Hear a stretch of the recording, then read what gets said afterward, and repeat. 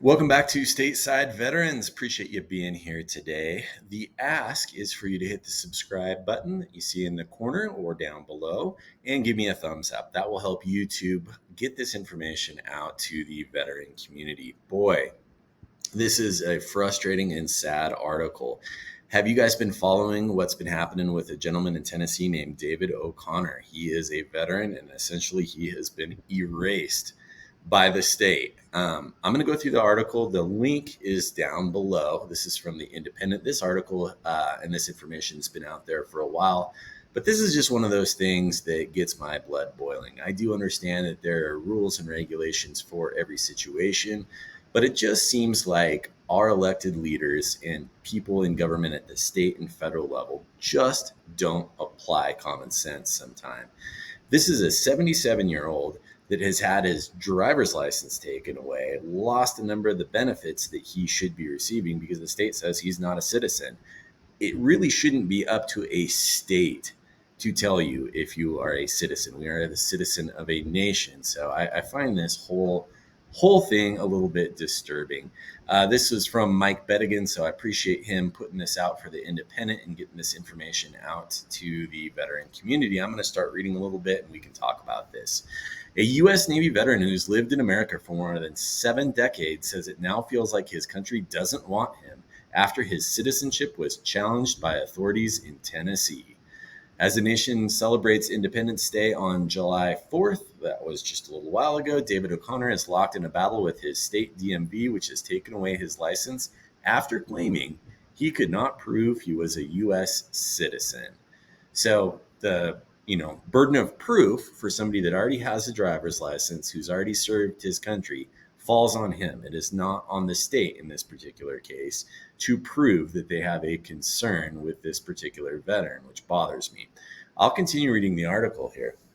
A 77-year-old has been a professional truck driver for the last 61 years and has held driver's licenses in New York, New Hampshire, and Vermont, according to News Channel 5. He also got a license 8 years ago when he moved to Tennessee. According to O'Connor, last month, the state canceled his license.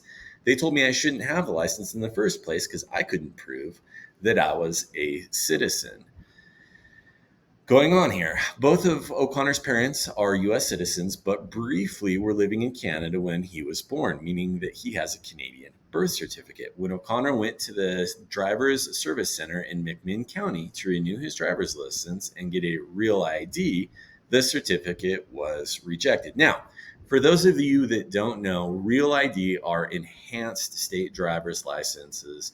They're being rolled out across the country. They serve several purposes, but one of them is they meet future TSA compliance to board aircraft. Some of the legacy driver's licenses issued by states do not have the proper security protocols in place, and the TSA sort of wanted to level set it. That's just part of it, but that's Real ID.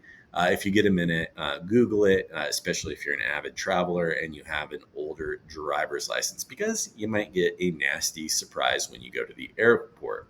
Continuing the article, O'Connor says, they said, no, that's no good. They shouldn't have given you the license in the first place, O'Connor recalled. They just canceled my license right then and there. Now he is being made to jump through multiple hoops to prove his citizenship. Not the other way around, folks. The state of Tennessee is making an accusation, is making a claim, and they are not the ones jumping through hoops. They just said, meh, veteran, see you later.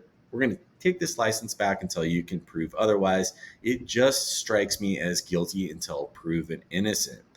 O'Connor says, I have been here for 77 years. None of this makes sense to me. At the age of 17, O'Connor enlisted in the U.S. Navy, where he served for 4 years as a sonar technician. As well as his parents' U.S. citizenship, his military discharge forms also list him as an American. Continuing, he also said he has a social security card, gets retirement benefits, and votes every year. Despite this, without approval and a driver's license from his state, the Navy veteran can no longer drive, cannot get on a plane, and won't be able to vote in the upcoming elections in November. Think about the disenfranchisement here. I mean, America, it's a car culture, right? This is a person that, hasn't been found guilty of any wrongdoing, yet he loses his driver's license. How many folks shouldn't even be in the United States have driver's licenses? What is it? What's that number? This is a person who, by all means, is an American, and has lost that benefit really without any trial or any sort of due process. It's just some state wonk saying we're going to take this back.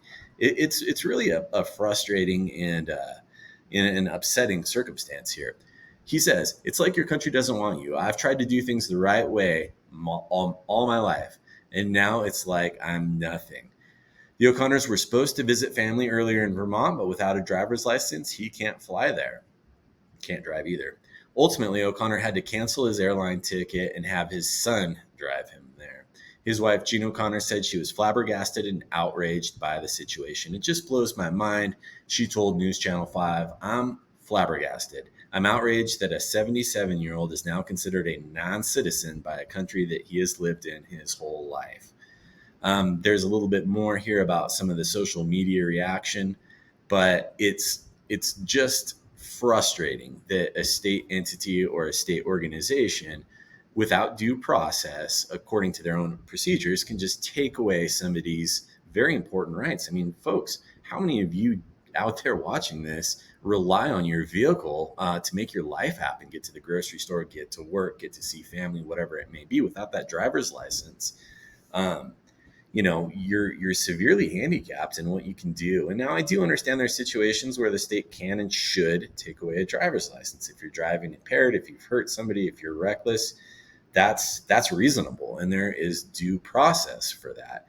But when a 77-year-old vet shows up at the DMV and some wonk thinks the paperwork is wrong, them just annulling the driver's license and taking it away on the spot really doesn't sound like due process to me. And folks, if we don't raise our voices, if we don't stand up, one for all for one, a situation like that could happen to any one of us, depending on our life circumstances. So I wanted to bring this to your attention. The article concludes saying the Independent has reached out to the Tennessee DMV for a comment on the situation with O'Connor's driver's license. Presumably, at the time they published this article, no comment had been received back. The last point that I want to make to you is common sense. I do understand, like I said earlier, that there are processes and procedures for everything within a state entity or within a federal entity. But leaders within those organizations can and should be required to use common sense when addressing a particular case. That doesn't appear to have happened with Mr. O'Connor. It was just some person behind the counter that said, I don't like the birth certificate, pluck. And that was the end of the conversation. No consideration was given by that organization as to how this would impact his life. So take a look at the link below. Follow the story as it develops. We're going to hope that Mr. O'Connor gets this rectified sooner than later. If you haven't already, please hit the subscribe button, and we'll keep getting information out to you that could affect you as the veteran community. Have a great day, and appreciate you being here with me.